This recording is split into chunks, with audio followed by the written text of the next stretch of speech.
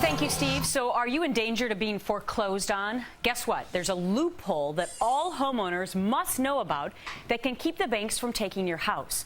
Fox News legal analyst Bob Massey is here with me to explain. Good morning to you, Bob. Good morning, Gretchen. All right, so this is so complicated, but I want to try and break it down because it's so important. And you say it all deals with the MERS, M-E-R-S, the curse of the MERS. Yes. What the heck is that? All right, so our viewers understand this is complicated. MERS was put into effect about 10 years ago, actually by the lenders and Freddie and Fannie. And what it was, there's so many mortgages, millions that were chopped up. There was this electronic registration system that was used to actually register your mortgage. So when you went to buy a home, depending upon who your lender was, and depending upon what they did with the mortgage, this was a system electronically to record your mortgage because that's how complicated it was. So it is a system of registration that was in effect over 10 years ago. Okay, so now how can that come into play for some 62 million homeowners who may face foreclosure?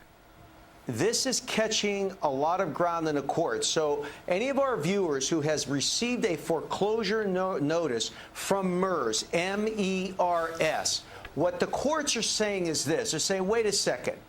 You are nothing more but a portal or a way to record your documents for the lenders. And that you literally, in the courts, Gretchen, we have a thing called standing. Somebody has to have a legal basis to foreclose. Some of the courts in this country, in California, Nebraska, Nevada, Florida, have said, wait a second, until you could show that you actually are a legitimate interest holder in that property, that you cannot foreclose. You don't have the right to do it because you don't hold the original note in your hand.